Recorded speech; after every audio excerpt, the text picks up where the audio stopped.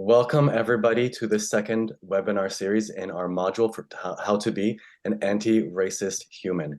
Here we have today Cecile Robertson and Karen Devenish Mazzotta, who are going to be speaking to you today about their module number 2, Know Thyself First. They're going to do an amazing job of unpacking what that means and lead you through all of their discussions. So without me talking too much, on behalf of the OMLTA and the Ministry of Education in Ontario, I'm Michael Dean, a director with OMLTA, and I wish you a very pleasant experience. Thank you so much. Thank you very much, Michael, and it's wonderful to be here. Looking forward to a discussion and a good interaction amongst us here this evening. I guess I'll start by introducing myself, and then I'll pass it along to my wonderful co-host, Karen. So my name is Cecile Robertson. I've been teaching for close to 30 years now, about 25 of those years as an FSL teacher, learning coach, vice principal, currently working for Francophone School Board, where I'm a principal. I am enjoying very much working with OMLTA because it allows me to engage in deep reflection about learning and growing my own identity and how I can best serve students and my community. So it's very exciting to be here this evening. I'm going to pass it along now to my colleague, Karen, who's going to introduce herself, and then we'll start our discussion. Thanks, Cecile. Good evening, everybody. So as Cecile said, my name is Karen Devenish Mazzotta, and I am a French as a second language teacher with the Toronto District School Board.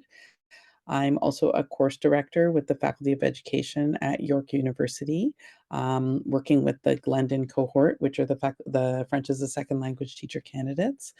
So I've been teaching FSL for about 27 years, but also working with the faculty for about 19 years. And I've been excited to be a part of How to Be an Anti-Racist Educator initiative with OMLTA, because after so many years of working in FSL, I think these are conversations that we haven't seen on a level where a professional organization has invested this much time and sort of collaborating expertise with FSL educators and researchers to talk about issues of race, issues of colonialism, issues of supremacy and oppression, that are very much a part of teaching this language, French. So we will get started this evening. I'll share my screen, but we're hoping that it's an interactive discussion. Cecile and I don't want to talk at you. You can watch the video and see the kinds of things that we talk about. But our module was called Know Thyself First. And it came after the module that looked at whiteness and white supremacy, because we wanted teachers to do a deep dive reflection on what motivates them to be in the classroom and to self-interrogate and really look at themselves and see what role do they play in really fostering anti-racist practices in French as a second language. So we're going to pose these questions to you, for those of you that are here. Cecile, so when I share my screen, I still haven't figured out how to do this with Zoom. I can't see who's here as a guest. Oh, okay.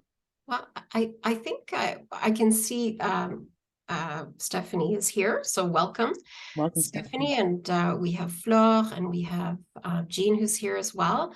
So, and of course, Michael. So, I think we've got a good group here. So we'll certainly engage in hopefully some good discussion.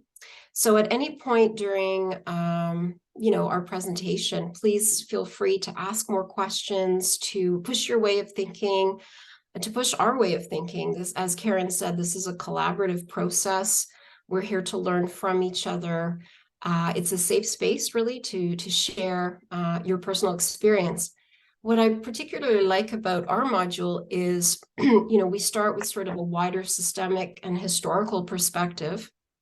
And then we move into the notion of you as the educator. So it becomes very real because it comes from a place that is real to you. It's your authentic self, which I think is a very important place to start when we ask ourselves deeper questions about why we teach, what we teach, how we teach.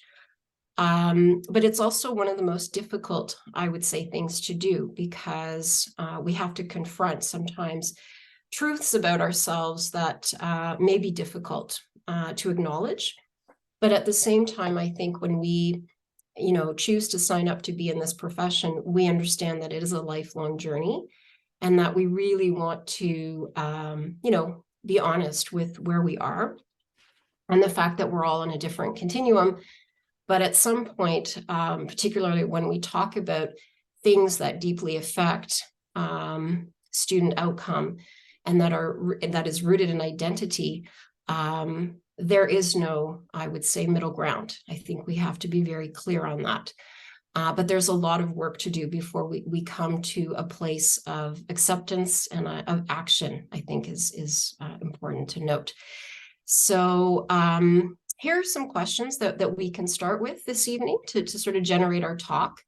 I'm just going to read them out loud. And if there's one that particularly resonates with you, we would invite you to share your thoughts with the group.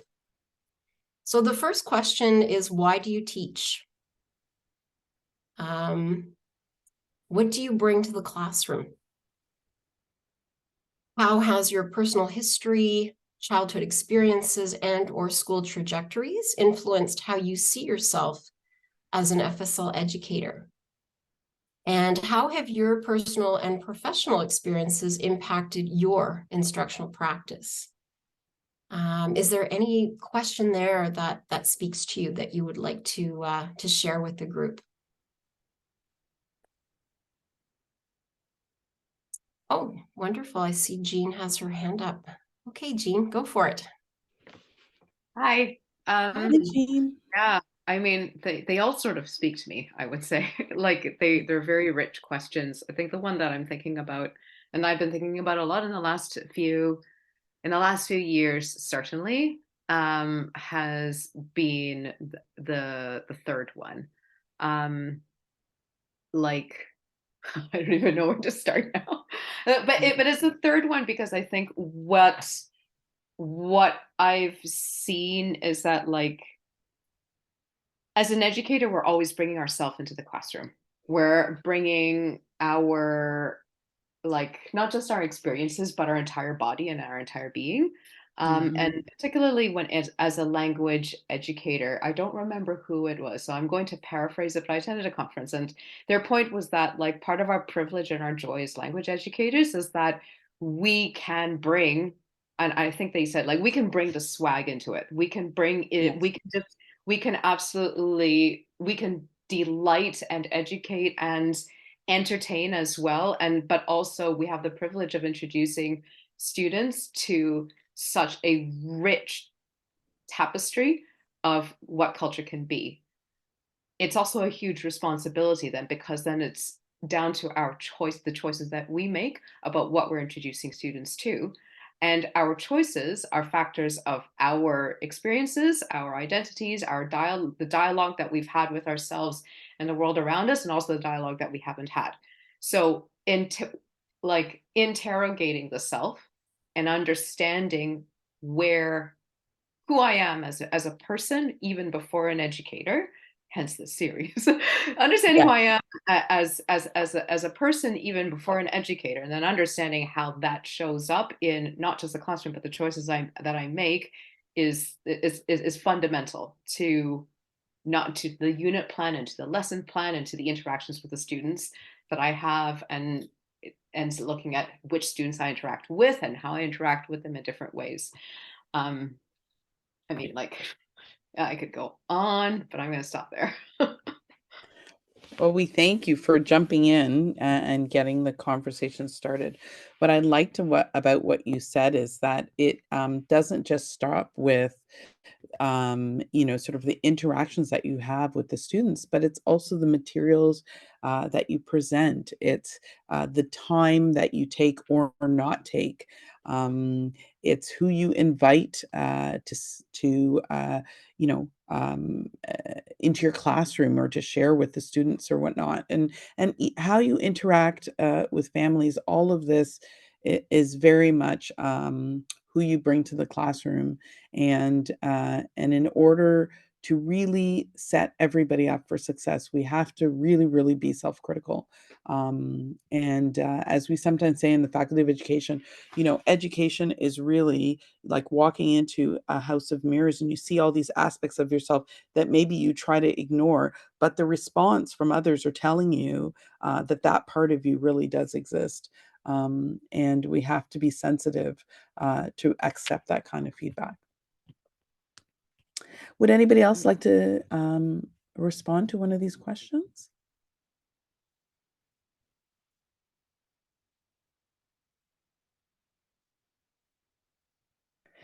If not, we used very much talking about the idea of reflexivity, criticality, self-interrogation, the work of Goldie Muhammad, Cultivating Genius. And we actually have a video of Goldie Muhammad sort of responding to these questions, sort of questions. What drives her to do research? And I think it really serves to have for us to have a better understanding of why she even does the work that she does as a researcher. And I always love, like, I'm also a teacher librarian. I love to hear people's narratives and stories. So maybe we'll take some time to share that with you now. It's a short video. You know,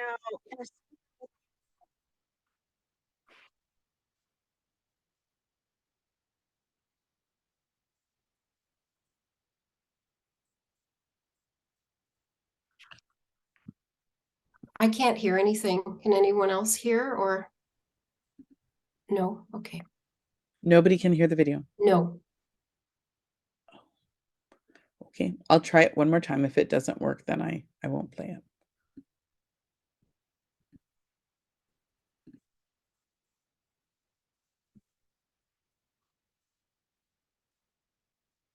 Anything?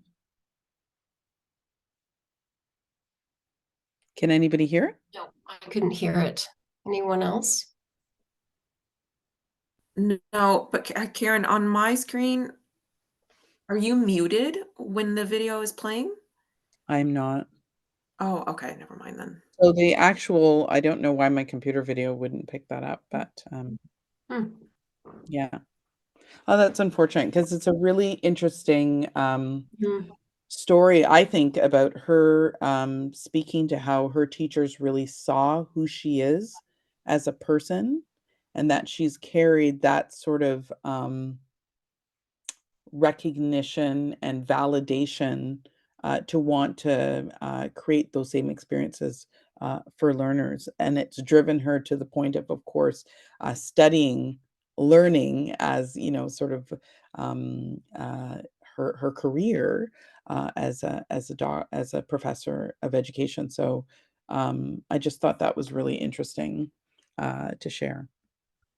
Yeah, I'm wondering, Karen, if we could go back to the first slide, the one Yeah. that sort of, I was looking at the questions and I was thinking about my own personal trajectory.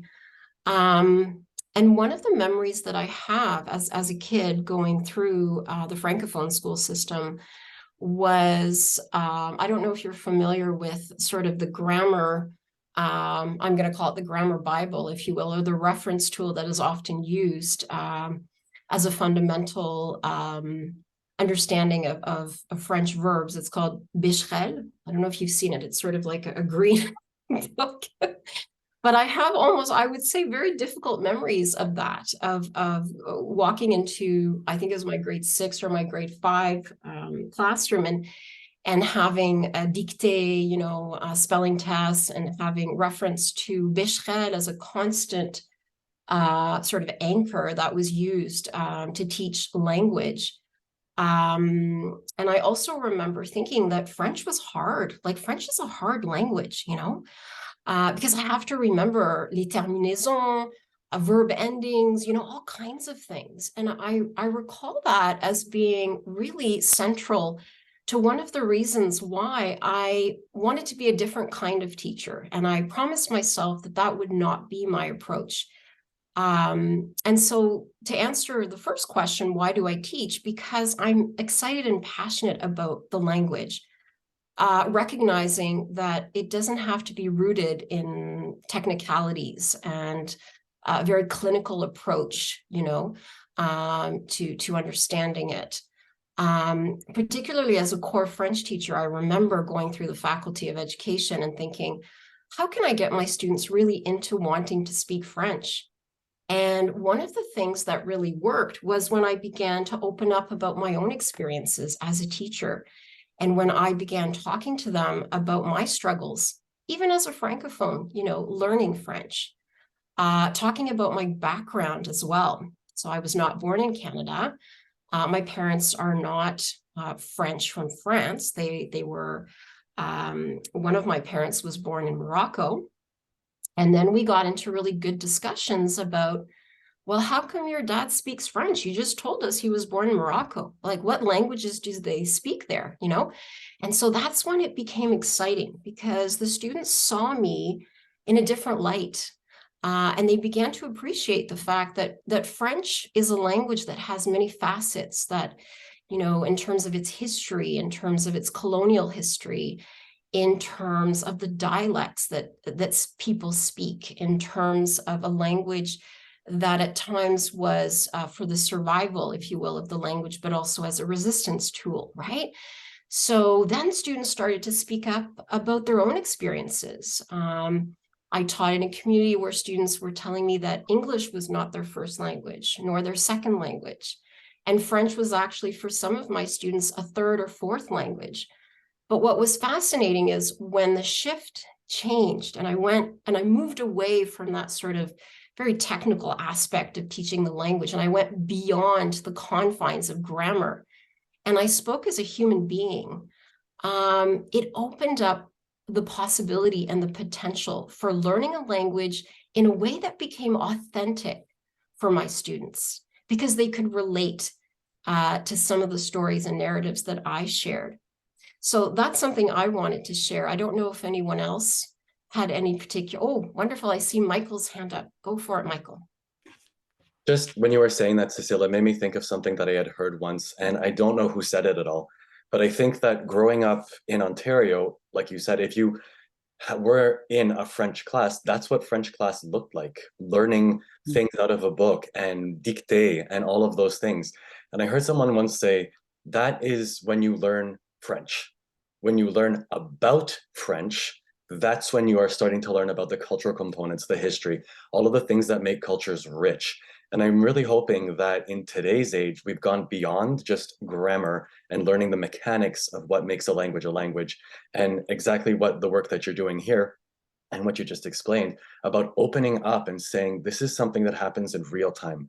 This is an authentic experience that you can have. This will get you different things if you pursue it, but it's not just about nuts and bolts on paper. And one of the reasons that I teach French is because I had excellent teachers in middle school and in my high school time, except for they privileged French from France.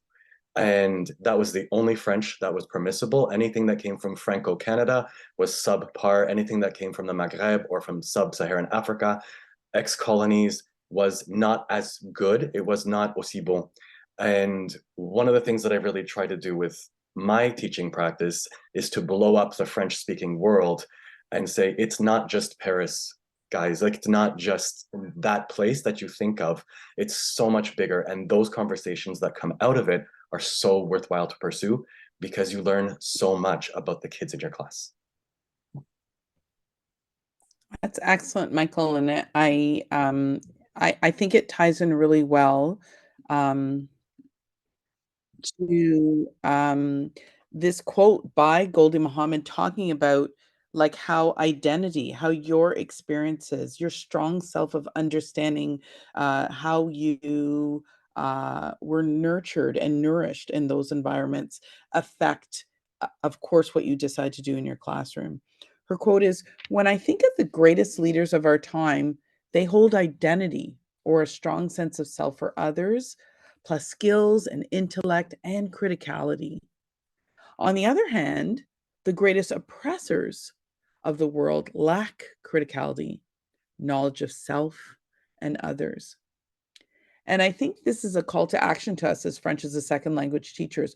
What kinds of students or what kinds of leaders do we sort of want to pass through? What kind of experience do we want them to have as they are in our classrooms, in our care? And what kind of experience are we going to provide for them? Was there anybody that wanted to comment on this quote at all?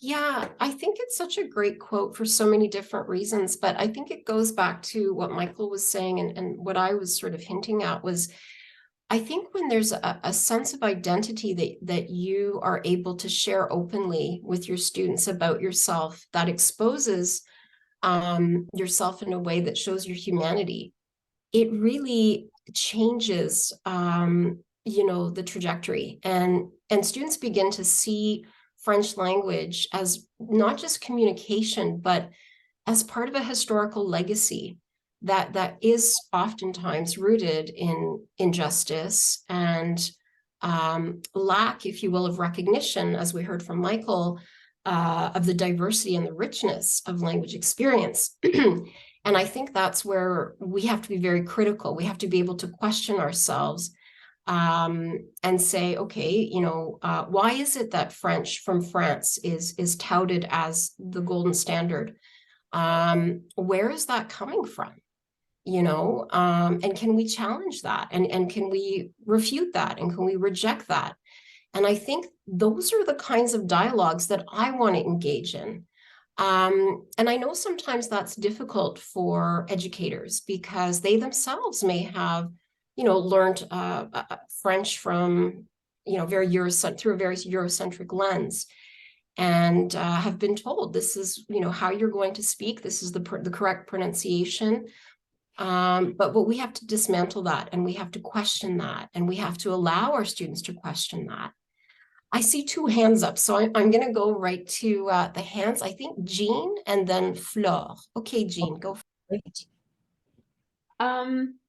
What are your thoughts on responding to not just critical questions about what is taught within a French classroom, but teaching French, period?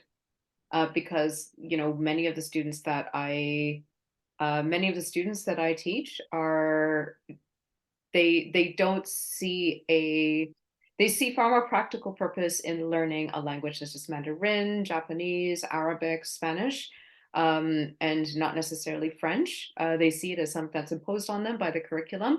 And then those of them who have a deeper foundation of history do see like where the French language requisition came from and the requirement came from in the first place, historically in Ontario. And they do see it as a tool of, for some of them, depending on their depth of thinking, do see it as a tool of colonization. So what are your thoughts on that, and then also responding to students or parents for that matter? Yeah, great question. So many layers to unpack there. I remember as an FSL administrator, parents coming to me and saying, I feel that if my child learns French, it's going to give them a leg up in terms of the job market, and that being bilingual is such an asset in terms of the job market. So I think initially in terms of the economy, and if you look at sort of how the FSL program in Ontario was introduced, there certainly was that selling point of trying to really sell it as a vehicle for some type of economic status. I would say in today's changing world and with technology and access to so many other languages in the world, French still, I believe, on the world stage has a very deep legacy. And I think what I tell my students is that, when you're learning a language, it's not just a tool for communication. It's also appreciating how languages are interconnected, and that there is a long history of seeing French as a language to understand other languages and to understand other people and culture. I think if you adapt sort of the sociological aspect of language learning, where you're appreciating exactly the topic of conversation, which is know thyself, right? It makes a lot of sense, you know? But I think we live in a world right now where people are always looking for an end goal, or, some type of immediate reward. If I do this, what is it going to bring me? There's still elements of that when you're learning French, but I think more than that, as you said, it is a language of oppression, right? And so if we want to understand our own history here in Canada, I think we have to deconstruct language beyond just the grammatical context. That's when it becomes a holistic approach. And that's when it makes more sense to me, living in the 21st century. You can't limit it to a language lab and repeat after me. I think if that's the approach, then we're doing a disservice to our students. I see learning French as an opportunity to learn about myself, about how I view the world in terms of colonial histories, about challenging preconceived notions and stereotypes about French language and culture. So there is an element of self here, I think, that needs to be appreciated. I'm not sure if that answers your question. Maybe Karen, you'd like to add something there, or? Sure. And it is a great question, Jean. And I think we as educators know that there are multiple ways to respond to questions. And the ways that are most meaningful is understanding sort of the origins of the question. So depending on the person who asks it, I'll respond differently. One, I think I feel sometimes French is a second language. Educators, when that question, why are we even learning French, sort of respond sort of viscerally with, oh my gosh, does that mean it's not meaningful? But those are questions that students have a right to ask, and ask of any subject area. And we would be kidding ourselves if we think they don't. Some of the work that I do at the university is working in mathematics, and kids ask that question, why are we learning this in math, all the time? And then it's the responsibility is on us to, depending on what the situation is and why they're asking that question, in what context, to respond with a way that makes sense to the origins of why they're asking that in the first place. Um, and I also think that what we've said before, what Michael shared, what Cecile shared, myself, without boring you with the details, my mother had a very meaningful person in her life at a very impressionable age that taught her French. And part of the reason why I end up teaching French, I always say it, is because my mom really had such a great experience with it and shared that passion and love for the language with us. Is why I end up being in this profession and studying French myself. Having said that, I think I like the work of Katie Arnott that looks at the, I don't know if you've ever seen the article where she is writing the voice of core French teachers. I think there was a time, and maybe now, people often say, oh, you're learning French so that you'll get a better job when you get older. And depending on the sector, that may or may not be true. But I think learners have taught us that often, this expectation of something that's going to happen 10, 15 years from now is not enough to drive them to really be engaged with the language. And finally, I'll say that the system often, particularly in the case of core French, when we schedule the learning of a code, a language, and limit it to such short periods of time over the span of a week, we sometimes can position students and kids to ask the question, what's the point of this? Because in some classes in elementary, you get in, you learn this language for 20 minutes, and then you're out and you don't see it for another 7 days.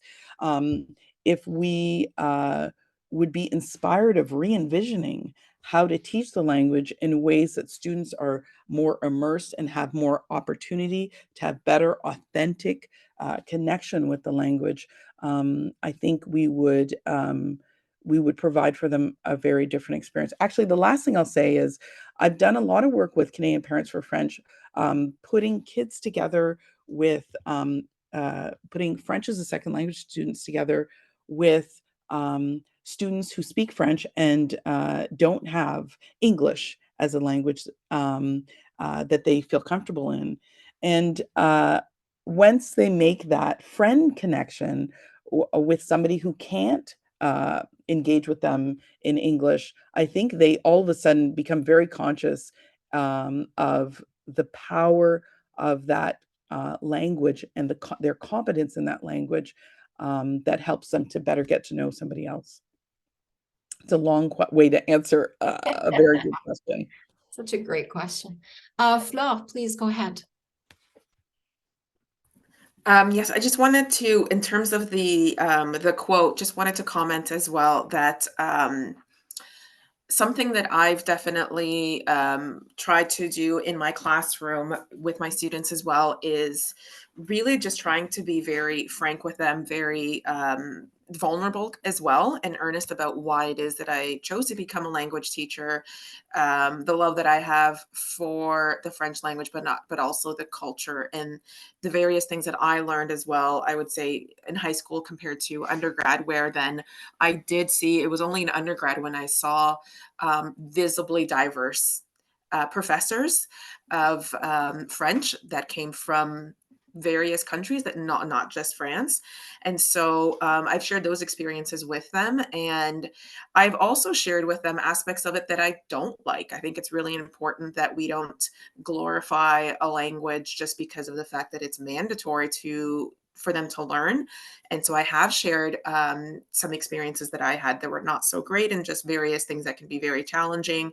But then also my own interest in terms of certain musique francophone and various things like that. And so I think that basically trying to get also at just a human level as well with the students, and acknowledging that there is no such thing as a perfect language or culture or anything like that. And that we also have had challenges as learners and as educators. I think that really helps students to feel more comfortable in the classroom and to express. And some of them will openly say, I don't like this about French, or I don't like that, or I don't like it at all. But then we kind of look at other aspects of it, and then they'll realize that there's art that they like, music that they like, and various things like that. And so just kind of connecting back to what you had said, Cecilia, about just being very holistic and just being, and the only way that we can do that is by knowing yourself first, and also being comfortable with the discomfort of various conversations, and knowing that what we're teaching has a lot of mistakes, has a lot of errors, and has a lot of negative history as well. I think that's very important. I think, and we'll talk, maybe we'll get to it and we can talk about it now, the whole concept of criticality and critical consciousness, and really understanding the historical use of the language for linguistic imperialism, in terms of it as a tool to oppress, to silence. To invade. We're not doing our students any favor about teaching about a language and a language that by skipping over the story of the language. And so I think it's really important that French as a second language teachers also don't wait for, the sort of the perfect resource that's going to help me to do that. That you are the perfect resource. Your students' questions are the perfect resource. And so I think it's really important to give the full story of French as we teach it with our learners. Yeah, I agree with that. And I would go one step further, actually, when we talk about criticality. And I think this is the part that can be difficult for some French as a second language teachers. You're allowed to question curriculum. You're allowed to look at the curriculum and say to yourself, wait a minute, when, it says here that I have to talk about la francophonie. Am I just talking about food, currency? Am I presenting very superficial aspect? Um, and this is where the depth comes in. This is where the criticality piece comes in, because I think oftentimes, particularly when I taught core French, I felt, kids can't handle these questions. They're too deep, they're too difficult. I'm just the core French teacher. I'm just going to teach them about Pancake Tuesdays, and we're going to make pancakes, and that'll be that. But there's a history to Pancake Tuesday. There's a reason why it's part of a legacy. Let's dig deeper. Do we have questions about that? What kind of curiosity do you have about certain traditions? Where do they come from? Why is it that, in some countries, French is spoken in a certain way? What is the colonial history of Quebec? Why is Quebec the only well, not the only French-speaking province, but let's say not in the minority, where, Francophones are in the majority? What is that all about, right? I think we have to make room in the curriculum to talk about issues that are complex and that challenge students to ask difficult questions. Um, what's sometimes difficult about the FSL curriculum in Ontario is that it can be very vague. So there is room for interpretation, and there's a license to say, well, you know what, I'm just going to talk about Bonhomme Carnaval. That I've decided that's my approach, and that's what I'm going to do. But I think we can't do that. I think we have to go beyond that. And I think, Golden Mohammed is really great for reminding us that curriculum was written for who, by whom, whose voices, again, are being magnified. What is the purpose of teaching this particular learning outcome? Who will benefit? Whose voices will be silenced through this particular outcome? Why? These are not easy things to do, but I think that's the richness of knowing yourself, and knowing that you can model, to your students that French language is not just one way. It's not one perception of a fact or an interpretation of something. So, once there's that room for discussion, the language learning becomes so much more rich and interesting, dynamic, and students feel vested. They want to learn. They want to find out why, we speak this way in this country, or what happened in my own country, let's say my parents' country of Morocco. It really changes everything. And I think this is what Mohammed means by criticality. So I see that Karen's put up another great quote. Do you want to read it, Karen, or?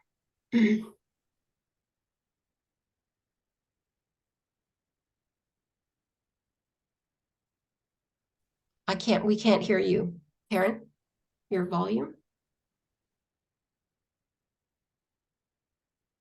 Oh,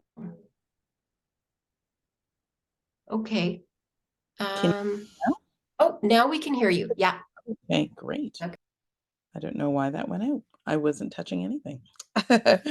Criticality is the capacity and ability to read, write, think, and speak, to understand power and equity in order to understand and promote anti-oppression. So I think this is a really important, reflection piece, but also action piece. I think it's a call to action for French as a second language teachers to understand that language is political, and to help our students understand that language is political. The curriculum that we got in 2013 and 2014 spoke about intercultural understanding, awareness, competence. And in some spaces, that was taken up as, oh, I'm going to teach these cultural nuggets. But when you actually look at interculturalism, the sort of foundations of that is more the creation of a mindset, preparing yourself to be in contact with others, preparing yourself to use this code to interact, and then to be critical in those interactions, and to make some choices, and to be really reflective in those choices about what language to use or not to use, and what does that mean in certain contexts. What is sociolinguistics? So, I think this aspect of criticality, particularly when it comes to understanding that language is political, is really, really important. We have some actually reflection questions with regard to that. And it would be, I'd love to hear your thoughts on it. So when something is apolitical, neutral, it lacks criticality. So what happens when curriculum and the nature of curriculum are not responsive to misrepresentations, injustices, or oppressions of the time and of the times? And I would very much say that introducing interculturalism into our curriculum was a small step, but it wasn't taken to where it could be taken, because it doesn't address misrepresentations, nor injustices, nor oppression, nor linguistic imperialism, which is very much part and parcel with French. So, do you see yourself as apolitical? And if you do see yourself as that, what choice does that have? How does that choice impact you? And then how would it impact your students? And then finally, the last question is, what does curriculum offer opportunities for children to understand race, gender, class, sexuality, and diverse religions? Like, um, and knowing that we have to go beyond what is given to us from the ministry in terms of this present curriculum in order to address race, gender, class, sexuality, and diverse religions. And then how do you do that? So some things that we can talk about now with regard to criticality.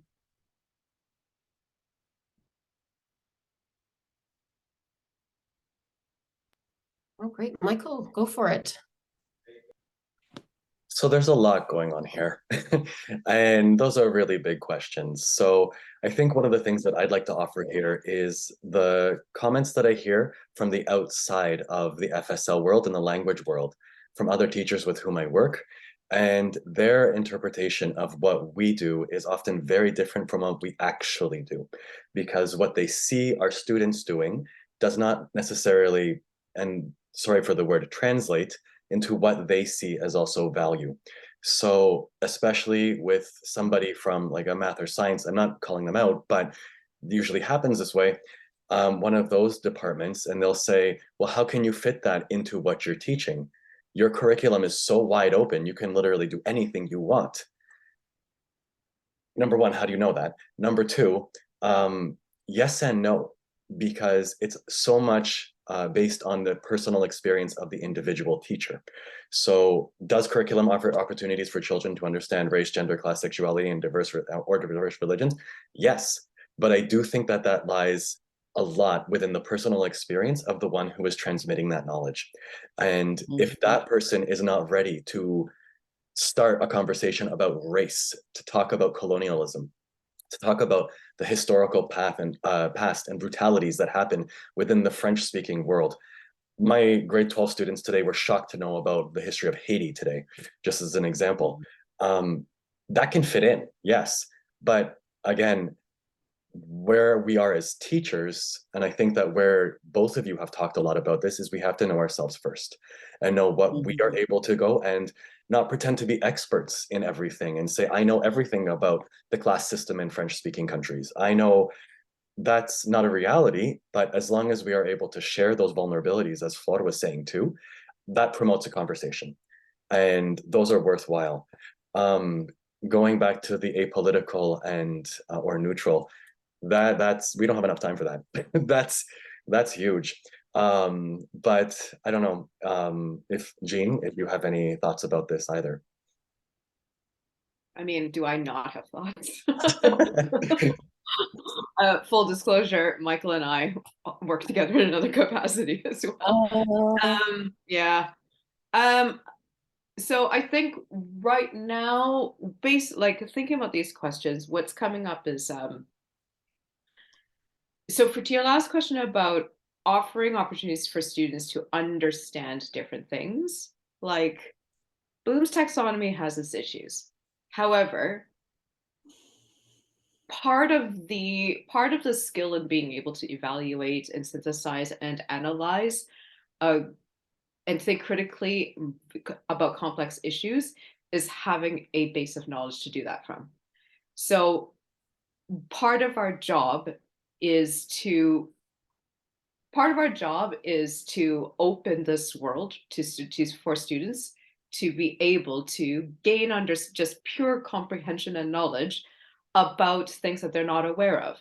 It could be like sometimes I'm shocked at the lack of geographical awareness that my students have. We ended up talking about the crisis in Israel and Palestine. And they were like, I was like, let's open Google Maps, Seoul, l'Israël, c'est où, Palestine, la Palestine, je sais pas, je suis désolée. But they're like, somewhere here, est-ce que c'est ici, madame? Let's find out.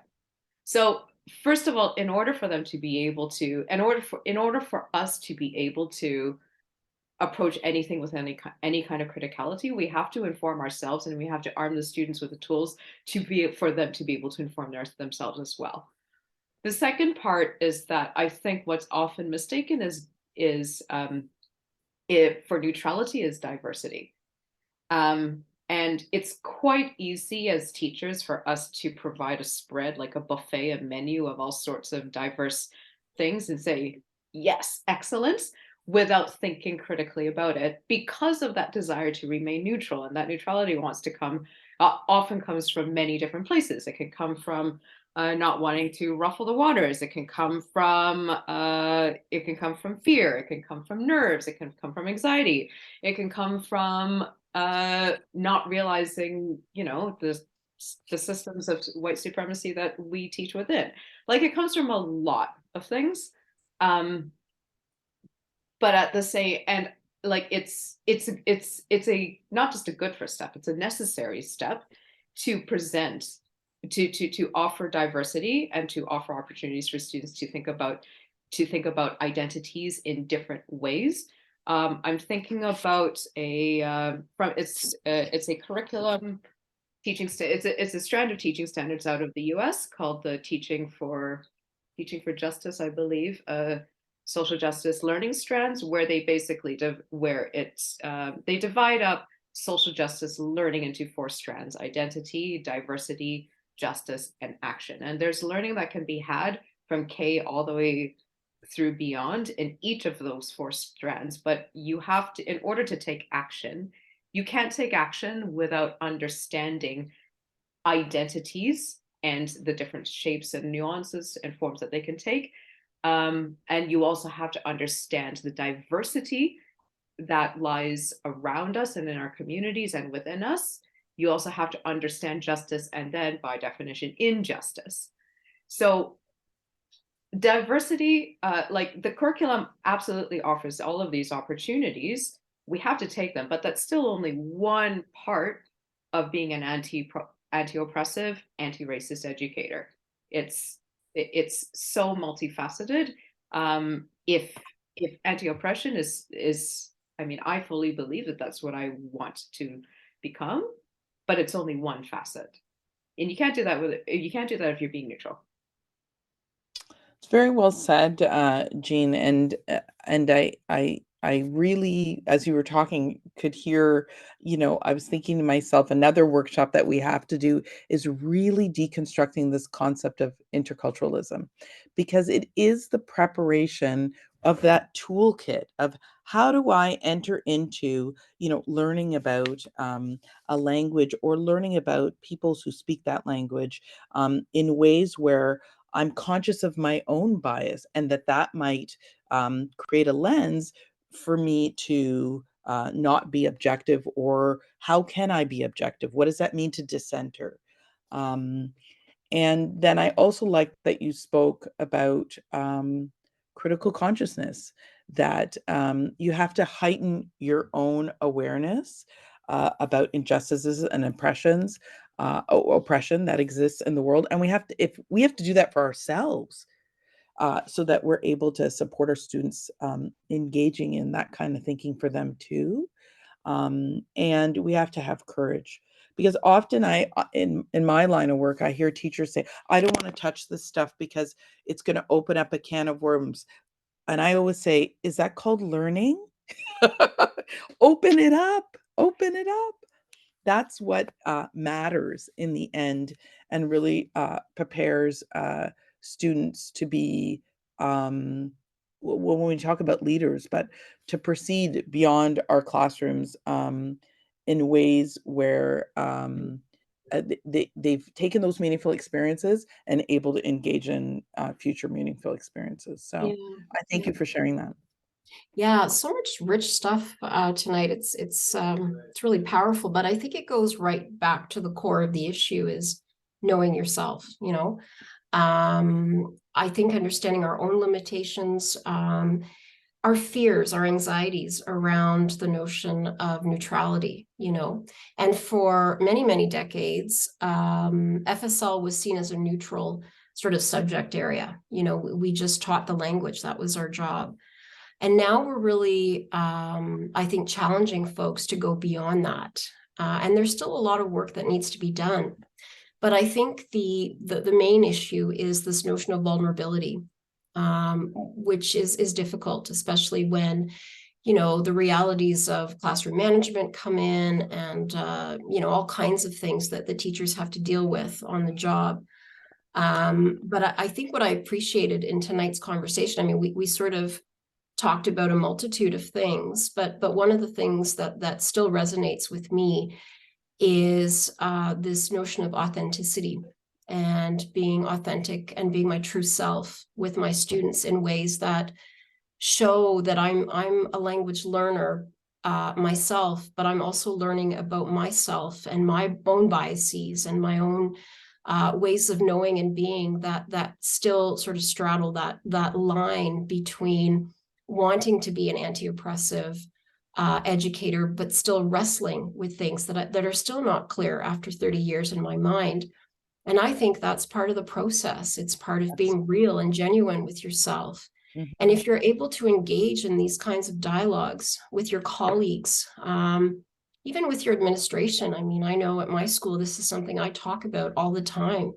It makes a lot of people uncomfortable. And I often see people sort of looking on the floor or looking away when I bring this up. And that shows me that there are still folks who are not there yet in terms of seeing themselves as an integral component of changing curriculum, of addressing curriculum and its inequities. And I think that's what we have to do. And I'm not trying to do a segue for the next webinar, but the next webinar is about the action phase. So once you sort of get who you are a little bit, and you're comfortable with understanding your own limitation, your own biases and prejudices, and you want to make a difference, and you want to change sort of that infrastructure, and you want your students to have a voice and to be able to speak for themselves, you get into this very exciting notion of change, which I think can only happen if you're open to being vulnerable and being true to yourself.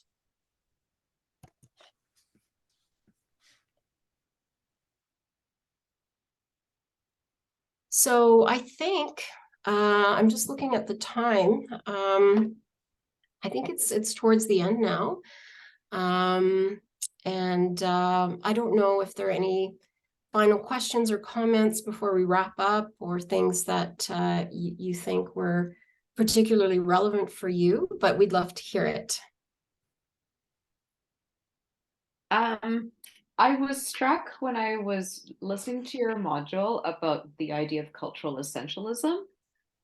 So I'd like to do some more reading about that, but based on what you said, and then also based on just a little bit of very cursory research, I think that's where, when you were talking about like the choices that we can make as educators in what we're in the class, in the curriculum, in the classroom space that we're designing in our lessons, the kinds of francophone that we're bringing in, like that's where it's so easy to fall into the trap of just presenting not just French but francophone as essentially XYZ. And to your point, Karen, like I think it's quite easy to confuse being neutral with being objective. I think Absolutely. what we can try to actually be objective. I'm never going to be objective. I'm as biased as to get out. But like we can at least try to present facts for students to make a decision. But it is our responsibility to provide as wide a gamut of facts as possible, and then not reduce our teaching to what is often the easiest, and fits into a tidy little box. And that's the thing, like, I think often, and we all spoke about it, that our experiences have been, that when we were in school, that we were given these essentialist nuggets of francophonie, of francophone, and even that word itself, and very excellent discussion with learners, even at a very young age. I have some really interesting conversations with the kids, and they always leave perplexed, but then I leave perplexed too, because my every interaction with them and the questions that they ask to probe make me think about, do I really understand what I'm saying to them, and changes what I think. And I think that's how uh, we are transformative as teachers when our learners are teaching us how to teach. But that word, even francophone, French speaker, French as a second language. We should be interrogating all of that with learners, because then they are contributing to the change. Then they're a part of the creation of their curriculum. And then we're disrupting the essentialism that I think we have a bit of a tradition of in FSL, not a Yeah. bit of a, we And really do. the other thing I want to tell you is students asking me a wonderful question, because I think we read something about the founding languages, Canada's two founding languages. We're a bilingual country. This comes up a lot, and students will say, wait a minute, hold on, before the colonials got here, weren't there people here that spoke languages? So these are the kinds of discussions that, as Karen says, disrupts, the notion that French is sort of a pillar language that is part of the founding of our nation, right? And it glosses over and, quite frankly, crushes the idea that there were people here before, the French and the English. And so we have to acknowledge that. And that French is really a product of cultural domination in Canada, and also has, impacted, founding people, right? And First Nation. And that's really, really important when we talk about disruption. I think that's where the conversation needs to go. So Michael, did you have any last thoughts before we sign off, or? I mean, there's a lot to take in this session. That was excellent. It really made me think about a lot of things that I want to take to the people in my department room. And what I think is really, really interesting is the notion of criticality, which before this module, I had never heard of it phrased that way. And I was taking notes and writing down a lot of what you were saying about what are we actually looking at? Why are we doing this? Why are we, all of those questions that we need to be asking ourselves and that we need to be asking each other, because Mhm. we need to go forward with a lot of these things. And being a language educator, I think that we're already predisposed to have conversations with students and with our colleagues that open this up. And talking from my experience, we are known as the department that anybody needs any kind of therapy, they come to us because they know that we traditionally are more open, I guess, right, to what's going on in everyone's life. But that's a massive obligation as well. And it's not easy. And I don't know where training for that is. I don't know where you can get better unless you just go through that experience. So for something like today's webinar, I really, really think that these tools that you have presented and in the module video have been really, really good jumping points for discussions where we can have with our colleagues, with our students, with anybody else, to really, really look at, but why is it this way? And why have we been doing it that way? And as Jean said, sometimes because people are saying it's because it's easiest. Easiest we know isn't always best, but to be able to have the mental fortitude to go forward with these, that's a big job. So I think that you two have really, really been very clear about this is not easy. This is not something that's just going to fall into your lap. This is not something that one day you're going to wake up and boom, you're going to be awesome. But there are supports and there are ways to do better. So Well, I thanks want so to much. thank you both from OMLTA and from the Ministry of Education. This has been lovely. You're beautiful people.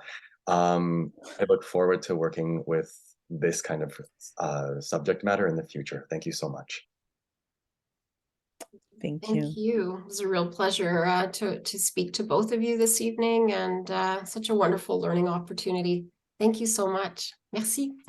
Au plaisir. Merci.